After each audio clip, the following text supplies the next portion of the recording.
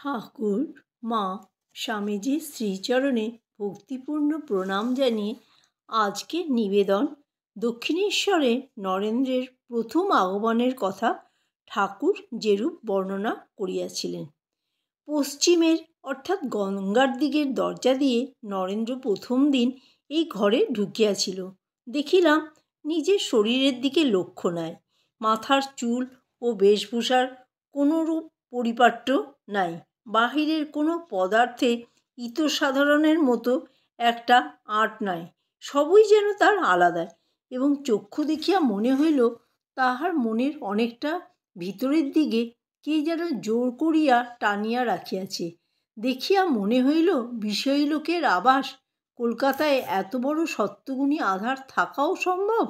মেঝেতে মাদুর পাতা ছিল, নরেন্দ্র উহাতে বসিলেন এবং শ্রী রামকৃষ্ণ ধারা আদিষ্ট হইয়া গাহিলেন, মন চলো নিজ নিকেতনে, সংসার বিদেশে বিদেশীর বেশে, ভ্রম কেন অকারণে ইত্যাদি।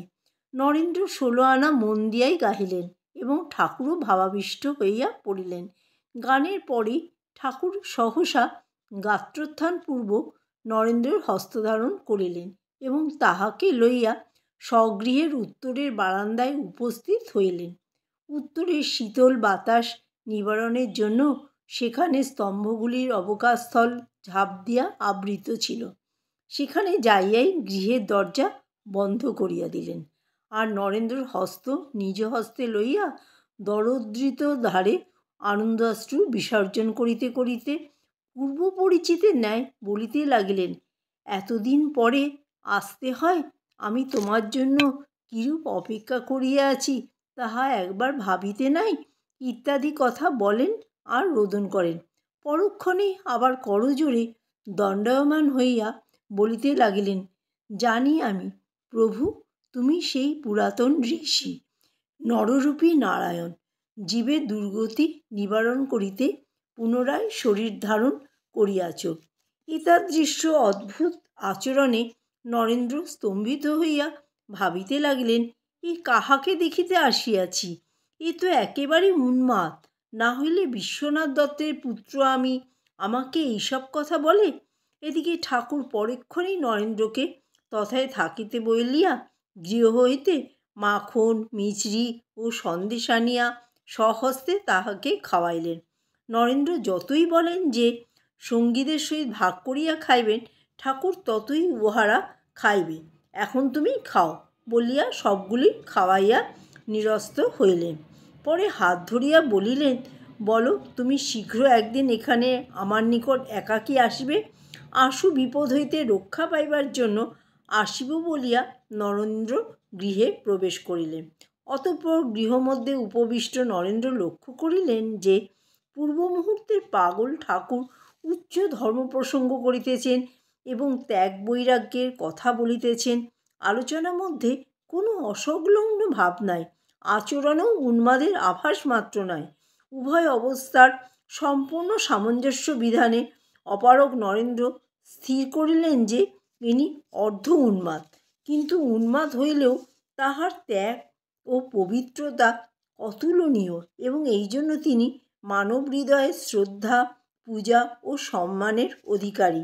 এইরূপ ভাবিতে ভাবিতে তিনি স্বগৃহে প্রত্যাগমন করিলেন।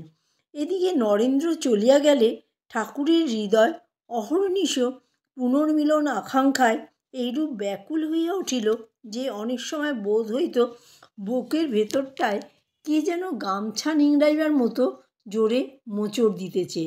আপনাকে সামলাইতে না পারিয়া ঝাউতলার দিকে যাইয়া, ওরে তুই আয় রে, তোকে না দেখে আর থাকতে পারছি না বলিয়া ডাক ছাড়িয়া কাঁদিতেন।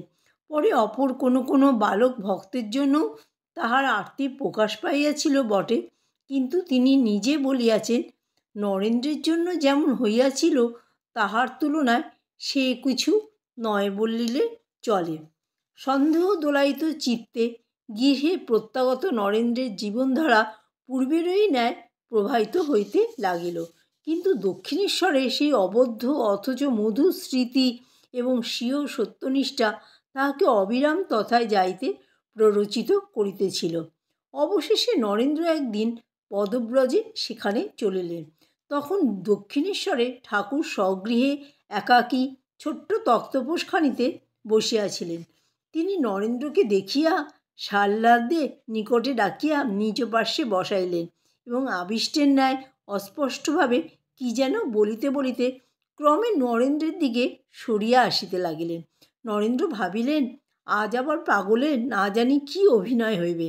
ভাবিতে না ভাবিতে শ্রীরামকৃষ্ণ স্বীয় দক্ষিণ চরণে নরেন্দ্রের অঙ্গস্পর্শ করিলেন। অমনি মুহূর্ত মধ্যে নরেন্দ্র দেখিলেন সমস্ত বস্তু বেগে ঘুরিতে ঘুরিতে কোথায় লীন হইয়া যাইতেছে। নিখিল বিশ্বের সহিত নরেন্দ্রের আমিত্ব যেন কোন এক মহাশূন্যের দিকে ধাবিত হইতেছে। তবে কি মরণ সম্মুখে? নরেন্দ্র আত্মসংবরণে অসমর্থ হইয়া চিৎকার করিয়া উঠিলেন, ওগো, তুমি আমায় এ কী করিলে? আমার যে বাপ মা আছেন। শুনিয়া অদ্ভুত ঠাকুর উচ্চস্বরে হাসিয়া উঠিলেন এবং হস্ত দ্বারা নরেন্দ্রের বক্ষ স্পর্শপূর্বক বলিলেন, তবে এখন থাক, একবারে কাজ নেই, কালে হবে। আশ্চর্যের বিষয়, নরেন্দ্র অমনি দেখিলেন সমস্ত পূর্ববৎ অবস্থিত আছে। ইহা কি মোহিনী বিদ্যা? বিশ্বাস করিতে ইচ্ছা হইল না, কারণ প্রবল ইচ্ছাশক্তি সম্পন্ন পুরুষকারের প্রতিমূর্তি নরেন্দ্রের মন এই দুর্বল মানবের নিকট চকিতে পরাস্ত হইবে, ইহা যুক্তিসঙ্গত নহে। তিনি তো বরং ইহাকে অর্ধোন্মাদ জানিয়া ইহার বশ্যতা স্বীকারে সম্পূর্ণ অসম্মত ছিলেন। ভাবিয়া চিন্তিয়া স্থির করিলেন, চিন্তার অতীত কত ব্যাপার আছে, ইহাও তাহারই একটা হইবে।